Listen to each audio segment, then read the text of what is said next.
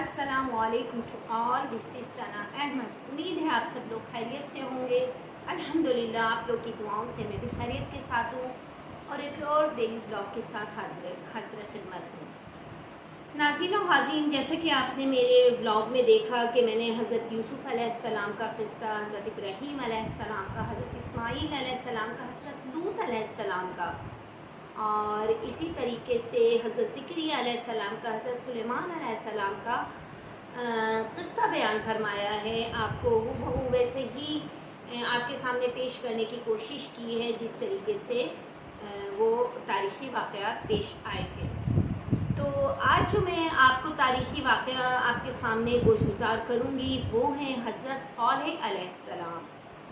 جی ہاں، اللہ تعالیٰ کے ایک بہت نیک پیغمبر حضرت صالح علیہ السلام اور ان کی اونٹنی کا قصہ بہت مشہور ہے۔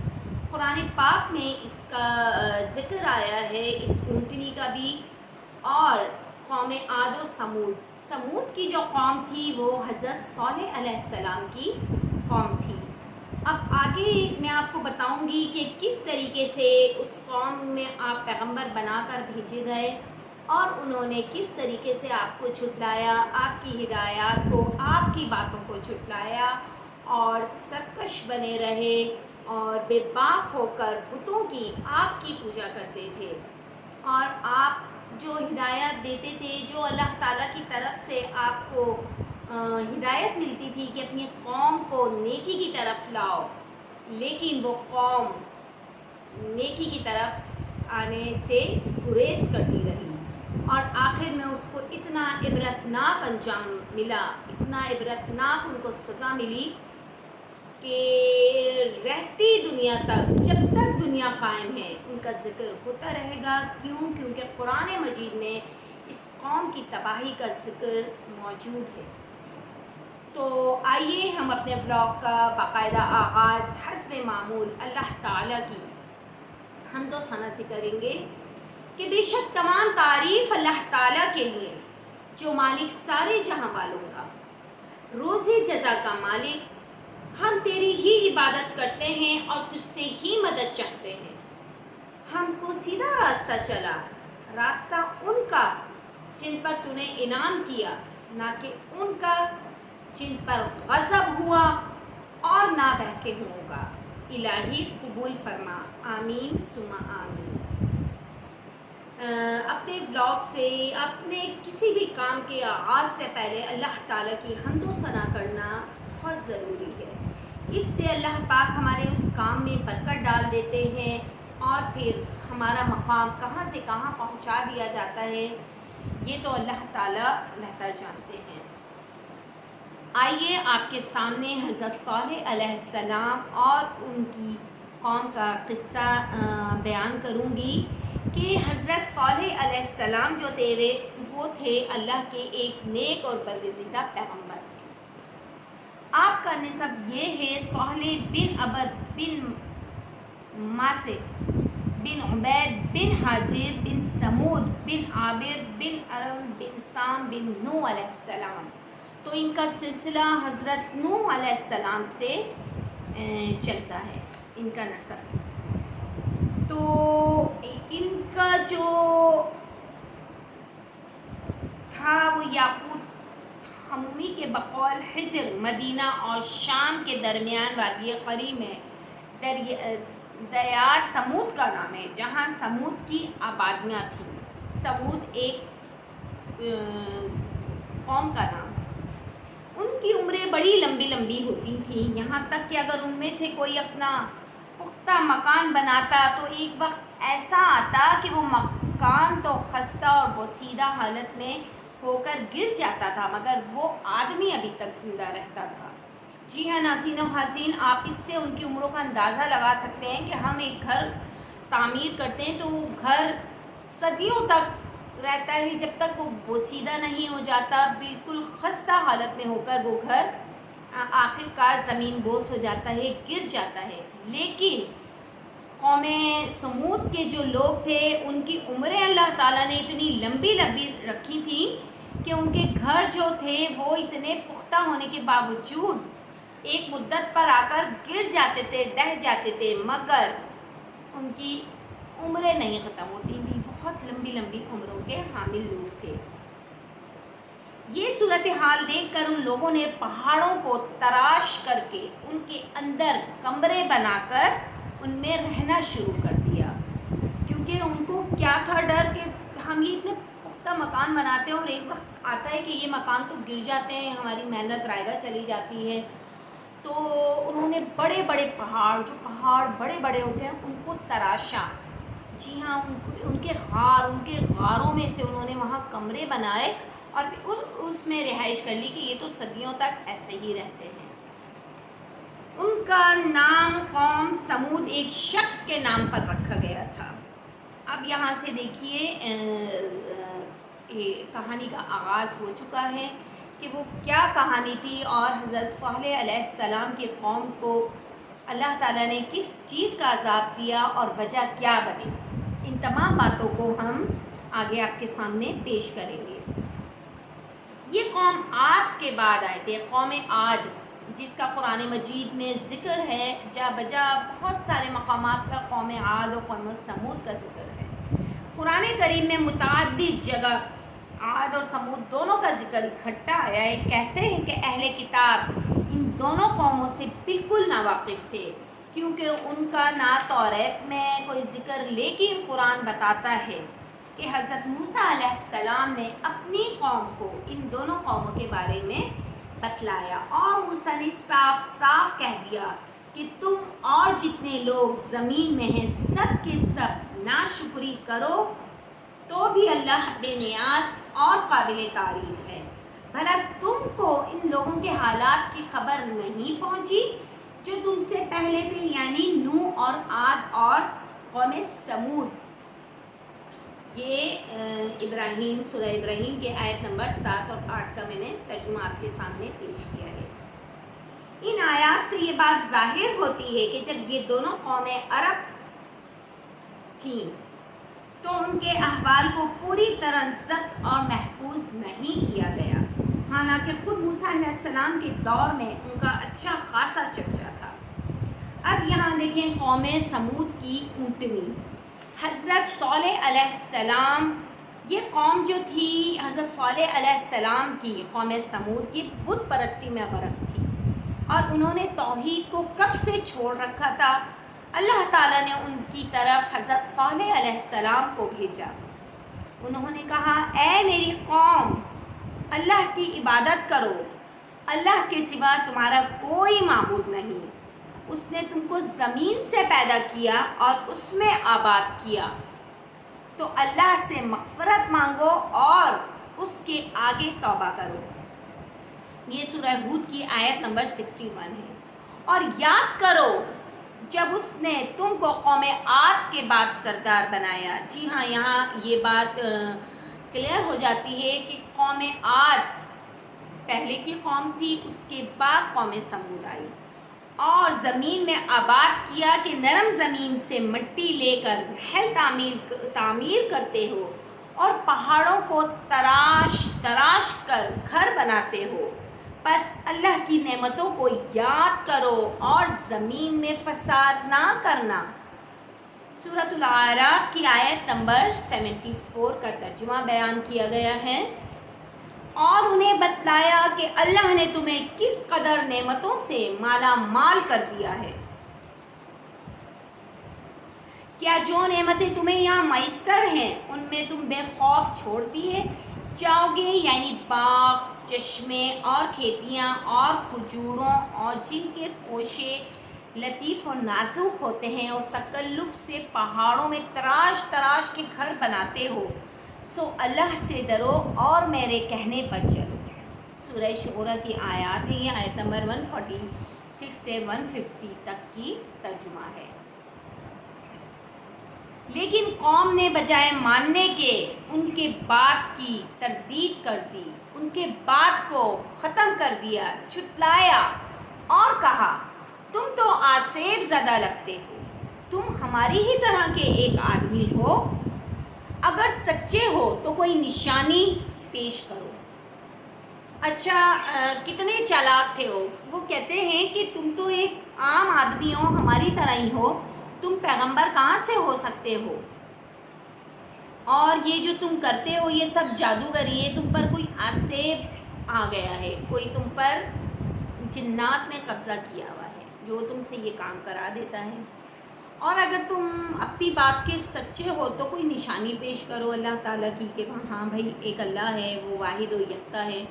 مطلب غرض وہ تو ایک قوم تھی جو ایک اللہ کو ماننے سے انکاری تھی، تو وہ کیوں کر ایمان لاتی اور ان کا ذکر رہتی دنیا تک قائم رہنا تھا، اور اللہ تعالیٰ کو دوسری قوموں کے لیے ان کو عبرت بھی بنانا تھا۔ چنانچہ وہ قوم کبھی بھی نہیں سدھری اور انہوں نے ایک نشانی مانگ لی۔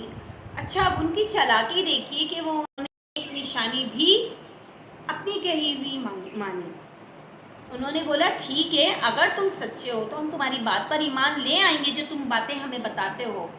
یہ ایک پہاڑی کی طرف انہوں نے اشارہ کیا اور بولا کہ یہاں سے ایک ایسی اونٹنی کو نکالو جو گابن ہو، جو بچے دینے والی ہو۔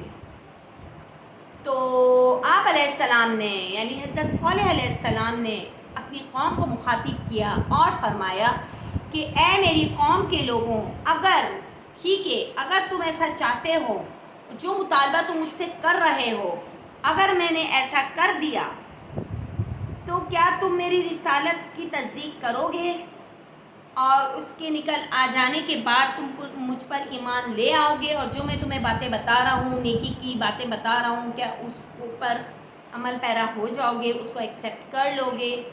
تو انہوں نے کہا ہاں ہم اس بات کا پکا قول و فعل کے ساتھ بول رہے ہیں کہ ہم ان تمام باتوں پر ایمان لے آئیں گے۔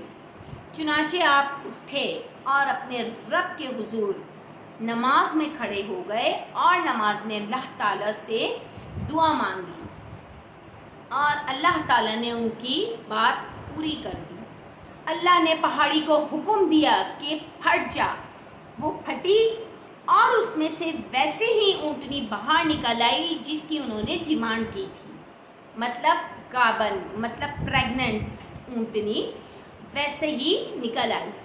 اب کیا جس کی طرح وہ کہہ رہے تھے اور وہ حاملہ بھی تھی، یہ نشانی دیکھ کر اکثر لوگ تو ایمان لے آئے، جن کے دل اللہ تعالیٰ نے پھیرنے تھے وہ پھر گئے اور انہوں نے فوراً کلمہ پڑھا اور اسلام قبول کر لیا۔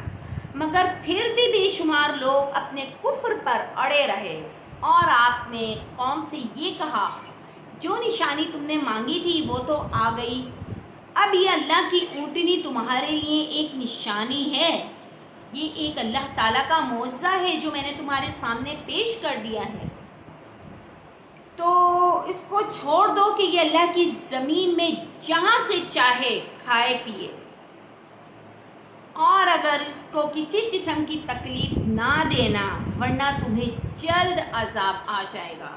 جی ہاں ناظرین و حاضرین، یہاں انہوں نے اپنی قوم کو تنبیہ کر دی، انہوں نے اپنی قوم کو آگاہ کر دیا کہ جس طریقے کی نشانی تم نے مجھ سے مانگی تھی، ریکوائرمنٹ تھی، وہ میں نے پوری کر دی ہے۔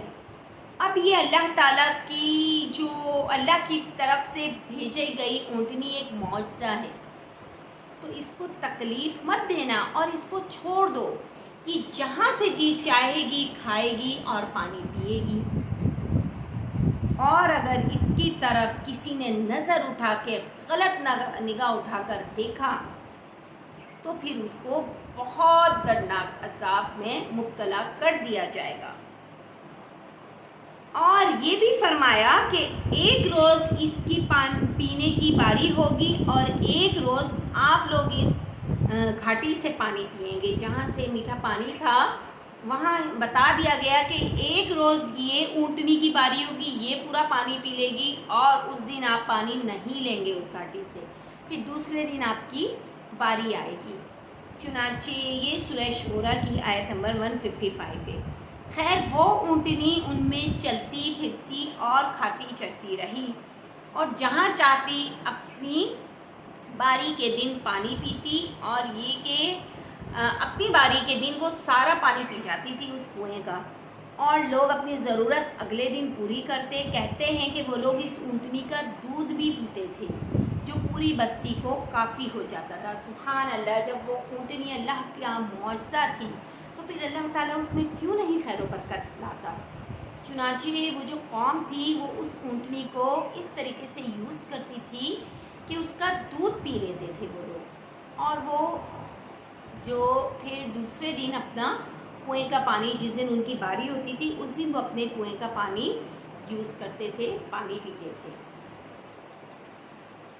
اب دیکھیں پھر اللہ نے آپ کو وحی کے ذریعے بتلا دیا کہ ان لوگوں کی اس اونٹنی کے بارے میں نیت اچھی نہیں ہے، یہ اونٹنی کی کونچیں کاٹ ڈالنا چاہتے ہیں۔ آپ نے قوم کے آگے اس بات کا ذکر کر دیا۔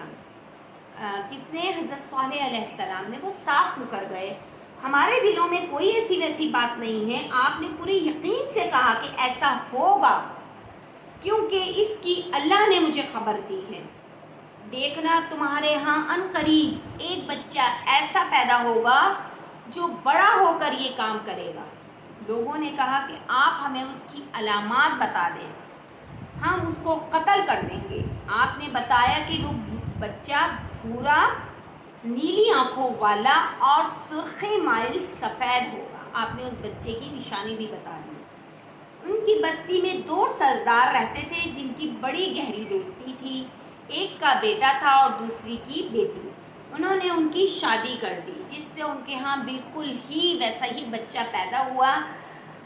اب ادھر قوم کے لوگ پہلے ہی اس تاڑ میں لگے تھے کہ ہمیں ایسے بچے کی خبر ملے اور ہم اس کا کام تمام کر دیں۔ انہوں نے چند دائیوں کو اس کام پر مقرر کر رکھا تھا کہ وہ گھروں میں اس کی خیر خبر رکھیں کہ کس کے ہاں بچہ پیدا ہوا ہے اور اس طریقے کا۔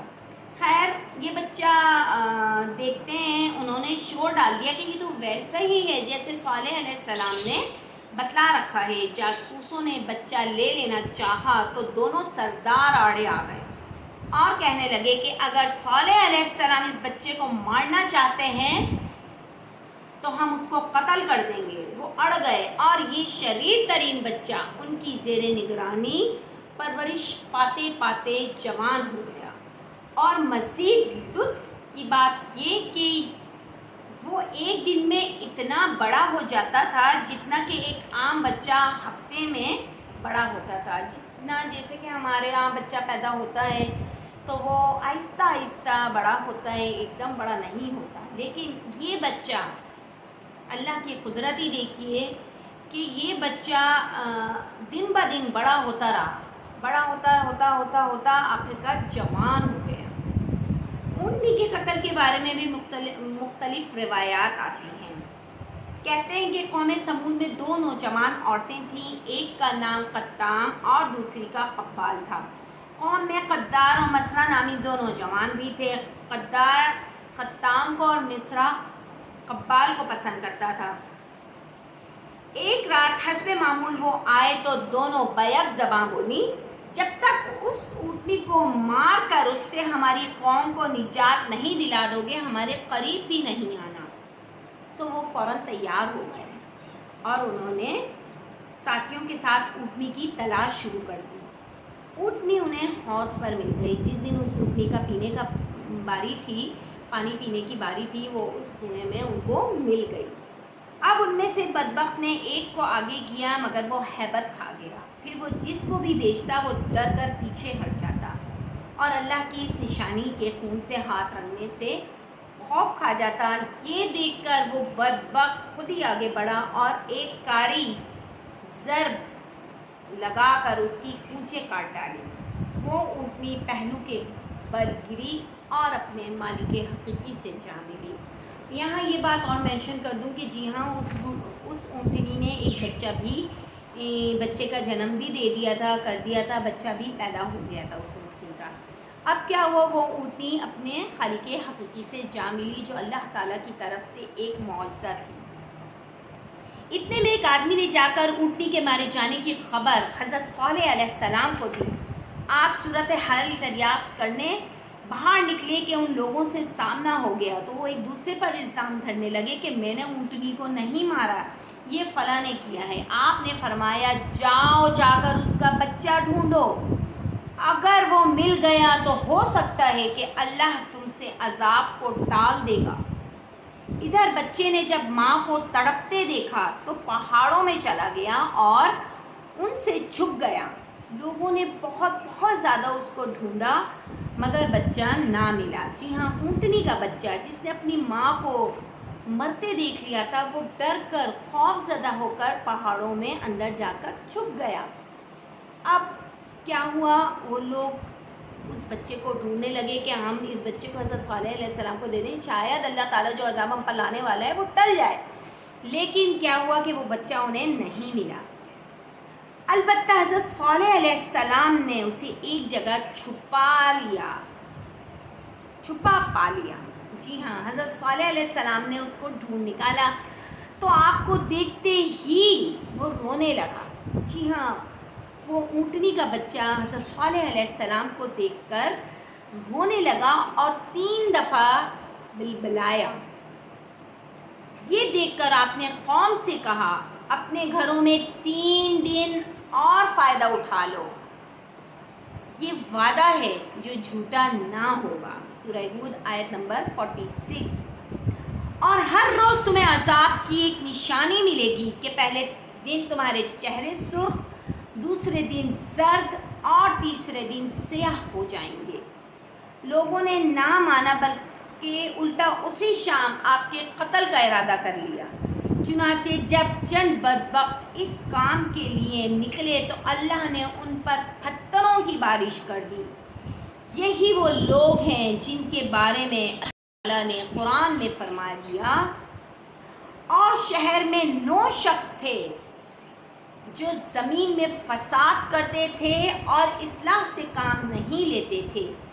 کہنے لگے کہ اللہ کی قسم کھاؤ کہ ہم رات کو اس پر اور اس کے گھر والوں پر شب خون ماریں گے، پھر اس کے وارث سے کہہ دیں گے کہ ہم صالح کے موقع ہلاکت پر گئے ہی نہیں تھے اور ہم سچ کہتے ہیں، اور ایک چال وہ چلے اور ایک چال ہم چلے، اور ان کو کچھ خبر نہ ہوئی کہ دیکھ لو ان کی چال کا انجام کیسا ہوا۔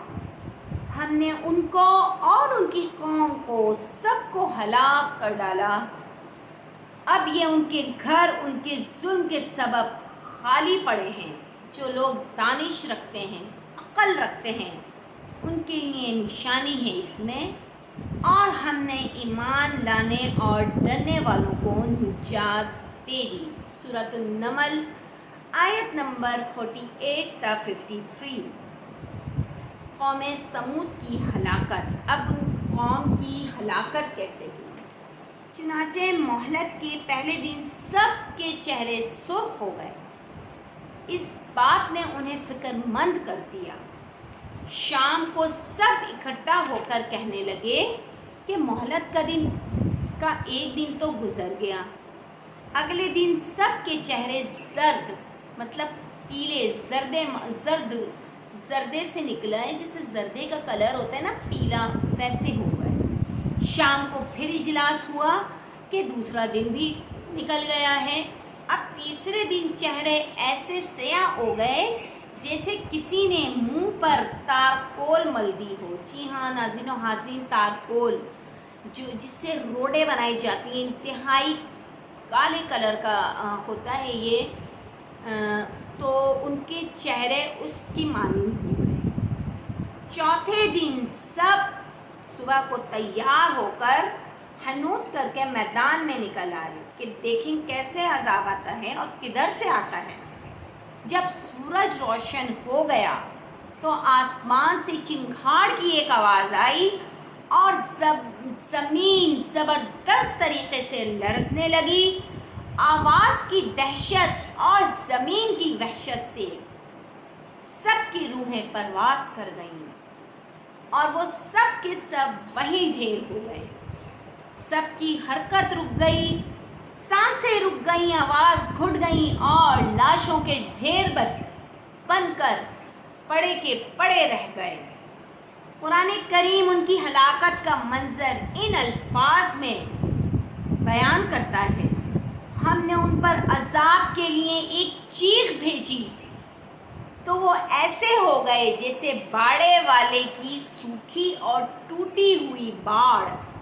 سورۃ القمر آیت نمبر 31۔ اور جن لوگوں نے ظلم کیا تھا ان کو چنگاڑ کی صورت میں عذاب آنے لگا تو وہ اپنے گھروں میں اوندے پڑے رہ گئے، گویا کبھی ان میں بسے ہی نہ تھے۔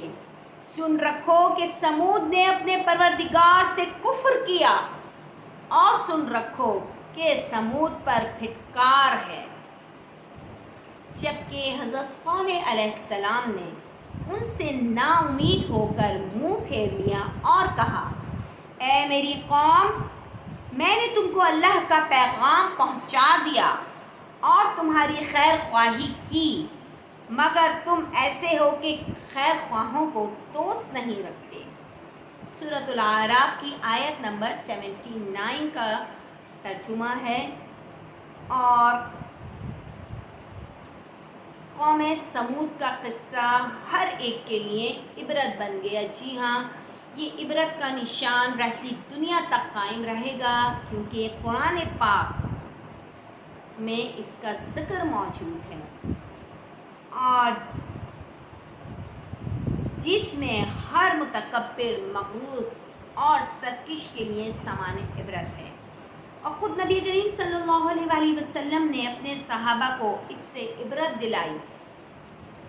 چنانچہ غزوہ تبوک کے موقع پر جب آپ ان کی وادی سے گزرے، جی ہاں، جب آپ صلی اللہ علیہ وآلہ وسلم اور صحابہ اس وادی سے گزرے قوم سمود کی، اور ان کے گھروں کے پاس مقام ہجر پر پڑاؤ ڈالا گیا تو انہوں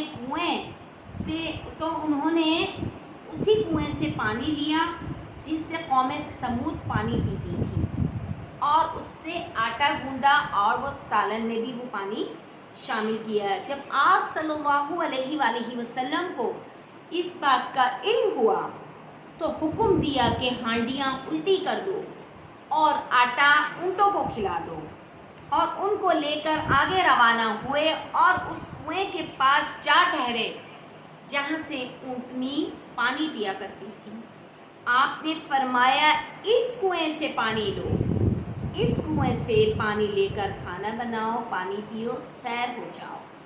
اور ان کی بستی میں جہاں اللہ کا عذاب نازل ہوا تھا داخل ہونے سے منع فرمایا، اور فرمایا، مجھے ڈر ہے کہ کہیں تم پر بھی وہ عذاب نہ آ جائے جو ان پر آیا تھا، بس تم ان کی بستی میں داخل مت ہو۔ اس وقت آپ کو کجاوے پر تھے۔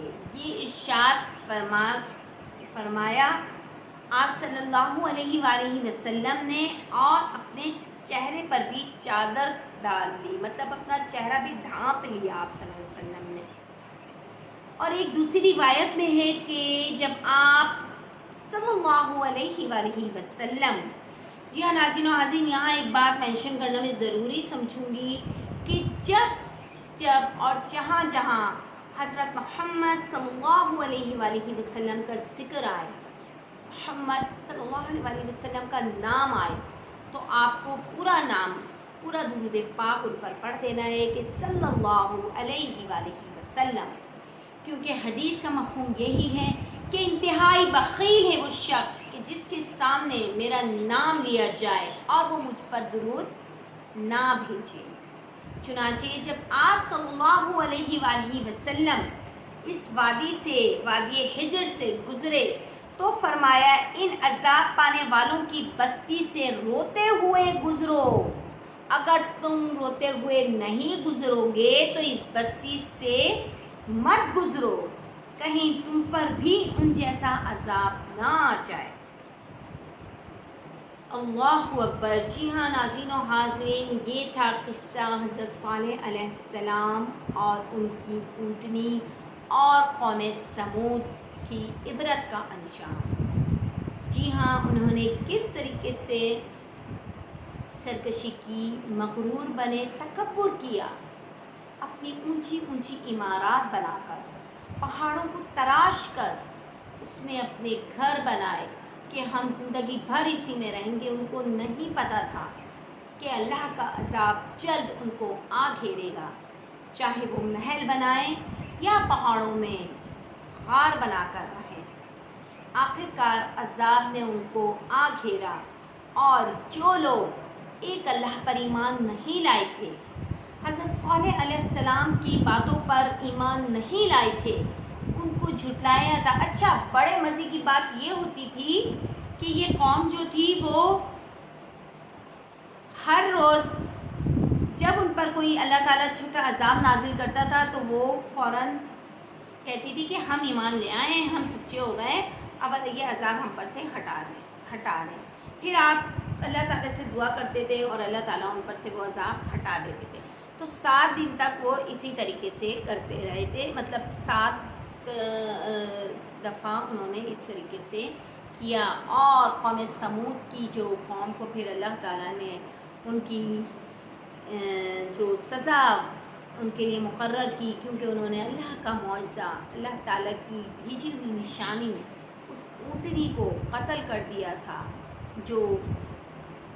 جس کا ایک چھوٹا بچہ تھا، اور اس بچے نے وہ 3 دفعہ بلبلایا تھا، تو اس کا مطلب ہے کہ 3 دن کی ان کو اللہ نے مہلت دی تھی کہ اس میں بھی باز آ جاؤ، مگر وہ نہیں باز آئے۔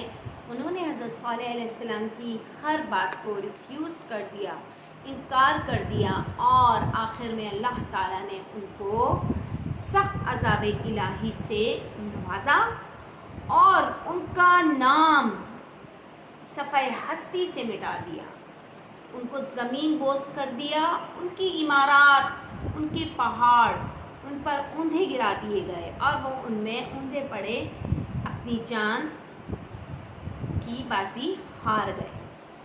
تو اس امید کے ساتھ کہ آپ کو یہ ذکر یاد رہے گا اور یہ قصہ آپ ہمیشہ یاد رکھیں گے، کیونکہ الحمدللہ ناظرین و حاضرین، جو میں آپ کے سامنے قصے بیان کر رہی ہوں، قصص الانبیاء سے میں اس کی اسٹڈی کرتی ہوں، اور پھر اس کے بعد آپ کے سامنے گوش گزار کرتی ہوں۔ پھر بھی میں اپنے سامنے بک رکھتی ہوں کہ کہیں میں کوئی آیت یہ غلط طریقے سے نشاندہی نہ کر دوں، اور خدا نخواستہ یہ ایک بہت بڑی رسپانسبلٹی کی بات ہوتی ہے، لہٰذا میں آپ کو اس آیت کا حوالہ میں اس صورت کے پیش کرتی ہوں، تاکہ کوئی بات، کوئی رد و بدل نہ ہو قرآن کی آیات میں، قرآن کے ارشادات میں، حضور پاک صلی اللہ علیہ وآلہ وسلم کی سنت و حدیث میں۔ تو اسی حوالے سے میں نے یہ قصہ آپ کے سامنے پیش کیا ہے۔ امید ہے آپ لوگ اس کو ضرور اپنا حلقہ احباب میں اس کا ذکر کریں گے، اور آپ اس سے ریلیٹڈ چند کویسچنس بھی آپس میں کر سکتے ہیں۔ جو والدین ہوتے ہیں وہ اگر یہ پڑھ رہے ہیں، یہ سن رہے ہیں قصہ، تو وہ اپنے بچوں سے اس کا ذکر ضرور کریں، کیونکہ ہمارے بچوں کو نا، آج کل کی جو جنریشن ہے، ان کو یہ قصے جو تاریخی واقعات ہیں وہ ان کو بالکل نہیں پتہ۔ جی ہاں، اگر آپ ان کے سامنے کسی پیغمبر کا ذکر کرتے ہیں، حضرت صالح علیہ السلام، حضرت لوط علیہ السلام، حضرت ہود علیہ السلام، حضرت شیث علیہ السلام، حضرت شعیب علیہ السلام، تو وہ ان ناموں سے ناواقف ہیں۔ جی ہاں، اور یہ انتہائی فکر کی باتیں، فکر کا مقام ہے کہ ہمارے بچے جو مسلمان ہیں، جو مسلمان گھرانوں میں پیدا ہوئے ہیں، اور وہ ان باتوں سے، ان واقعات سے ناواقف ہیں، تو ان کو ضرور واقفیت دلائیں، ان کو ضرور یہ قصے ان کے سامنے پیش کریں، ان کے سامنے ضرور ڈسکس کریں۔ رات کے ٹائم جب ہم سوتے ہیں اپنے بچوں کے ساتھ، تو ہمیں چاہیے کہ بچوں کے سامنے وہ ذکر کریں، ان سے پوچھیں کہ تم نے وہ قصہ پڑھا ہے، وہ قصہ ایسے ایسے ہے، ان کو بیان کر دیں ان کے سامنے، اور پھر دوسرے تیسرے دن ایسے ہی ان سے وائوہ لے لیں، ان سے پوچھ لیں کہ ہاں بھائی، میں نے تمہارے سامنے یہ ذکر کیا تھا، یہ میں نے آپ کو قصہ بتایا تھا، تو ذرا مجھے بتاؤ تو آگے کیا ہوا تھا۔ تو اس طریقے سے ہمارے بچوں کو ان باتوں کی اویئرنیس ہوگی کہ اسلام جو ہمارے پیغمبر آئے، 1,24,000 پیغمبر کے تھرو ہمارا اسلام دنیا میں اسپریڈ ہوا، پھیلا، اور تو وہ کوئی آسانی سے نہیں آ گیا تھا۔